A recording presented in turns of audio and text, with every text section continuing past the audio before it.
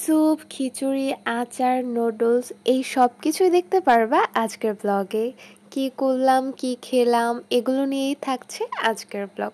আসসালামু আলাইকুম everyone, I hope সবাই ভালো আছো। আলহামদুলিল্লাহ, আল্লাহর অশেষ রহমতে আমিও ভালো আছি। এবং গাজর দিন এবং কিছুক্ষণ নাড়ুন।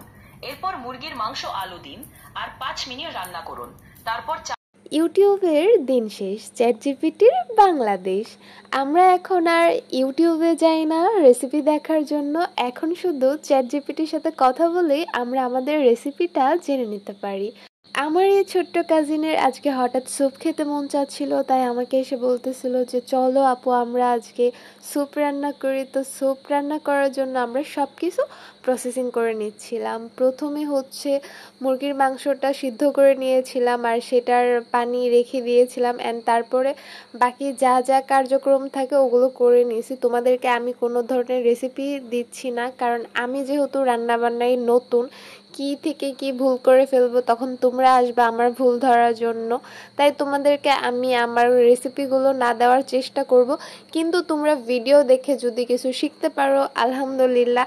অ্যান্ড এভাবে করতে করতে একসময় আমি তোমাদেরকে রেসিপি দিব, মানে আমি মাঝে মধ্যে ট্রাই করি কিন্তু তোমাদেরকে রেসিপি দেওয়ার জন্য, কিন্তু আসলে আমি ইনগ্রিডিয়েন্টসগুলো সুন্দর করে বলতে পারি না বলে তোমাদেরকে রেসিপি দিতে চাই না। কারণ আমি যেহেতু রান্নাবান্নায় একদমই নতুন, তাই হচ্ছে আমার ভুল ত্রুটি হতে পারে, সেজন্য আমি তোমাদেরকে কোনো রেসিপি দিতে চাই না। আমার ভুলগুলো তোমরা অবশ্যই ক্ষমা সুন্দর দৃষ্টিতে দেখবা। এই তো আমাদের স্যুপ রেডি। আলহামদুলিল্লাহ, স্যুপের টেস্ট অনেক মজা ছিল। অ্যান্ড এটা ছিল তার পরের দিনের ক্লিপ। এখন তো প্রায় সময় আকাশ হচ্ছে অনেক বেশি মেঘলা থাকে, আর এই ওয়েদারটা আমার অনেক বেশি ফেভারিট। আমি এই ওয়েদারটাকে অনেক বেশি এনজয় করি। এই দুপুরবেলা যদি এরকমের একটা ওয়েদার থাকে আর সেই সাথে যদি হয়ে যায় একটা বিফ খিচুড়ি, তাহলে কেমন হয় বলো তো? হ্যাঁ, আলহামদুলিল্লাহ, আমাকে হচ্ছে আপু এই দুপুরবেলা খিচুড়ি দিয়ে গিয়েছিল, আর খিচুড়ির টেস্ট তোমাদেরকে জাস্ট কি বলবো, তোমাদেরকে টেস্ট না করাইলে তোমরা বুঝবে না, এত বেশি ইয়াম্মি ছিল খিচুড়িটা। বিফ খিচুড়ি ছিল এটা। ইদানিং হচ্ছে আমার খিচুড়ি অনেক বেশি ভালো লাগে, আর আপুর হাতের খিচুড়ি তো আলহামদুলিল্লাহ অনেক বেশি মজা হয়।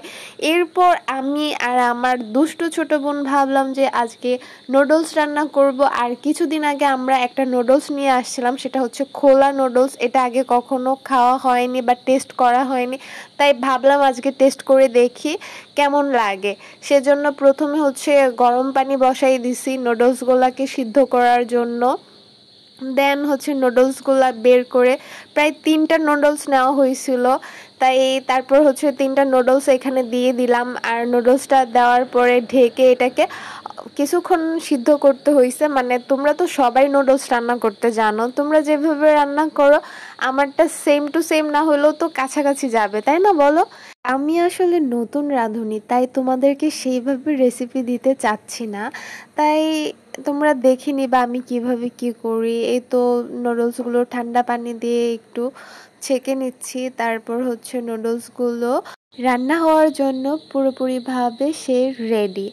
এখন একটা ফ্রাই প্যান হচ্ছে চুলার মধ্যে বসিয়ে দিয়েছি, আর পরিমাণ মতো তেল দিয়ে দিয়েছি। আর এই তেলের মধ্যে হচ্ছে একটু গরম হয়ে এলে আমি পেঁয়াজ কুচি আর হচ্ছে সাথে কিছু কাঁচামরিচ কুচিও দিয়ে দিয়েছি। এটাকে একটু ভেজে নিব, মানে একটু হালকা ব্রাউন কালার আসা পর্যন্ত ভেজে নিব, মানে একদম পুড়ে ফেলা যাবে না।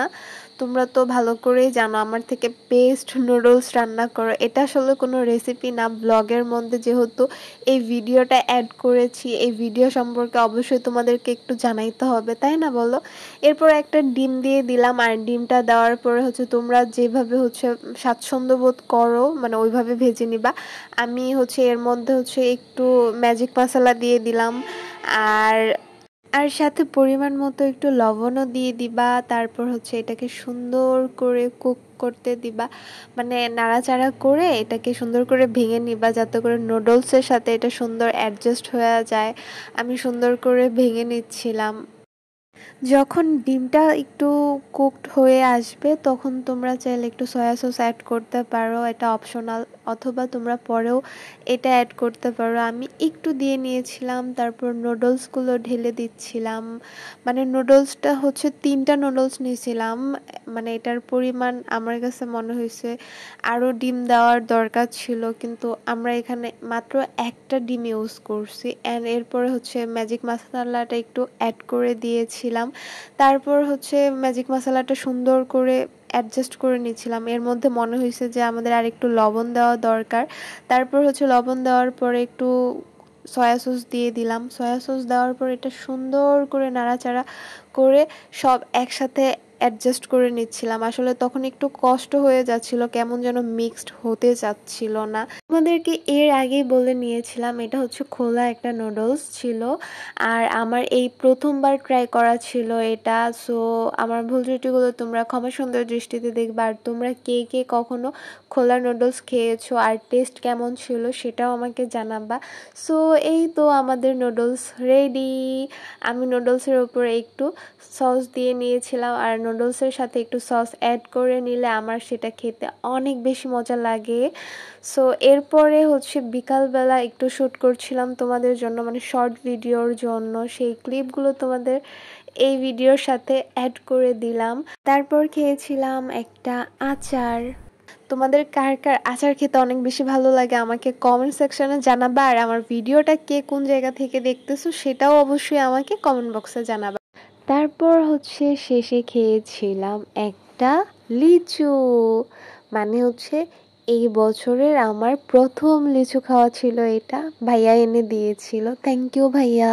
তো আজকের ভিডিও আর বেশি লং না করে, অলরেডি আজকের ভিডিও অনেক বেশি বড় হয়ে গিয়েছে। আমি এর আগে কখনো এত লং ভিডিও দিইনি। সো ভালো থাকবা, আসসালামু আলাইকুম, আল্লাহ হাফিজ।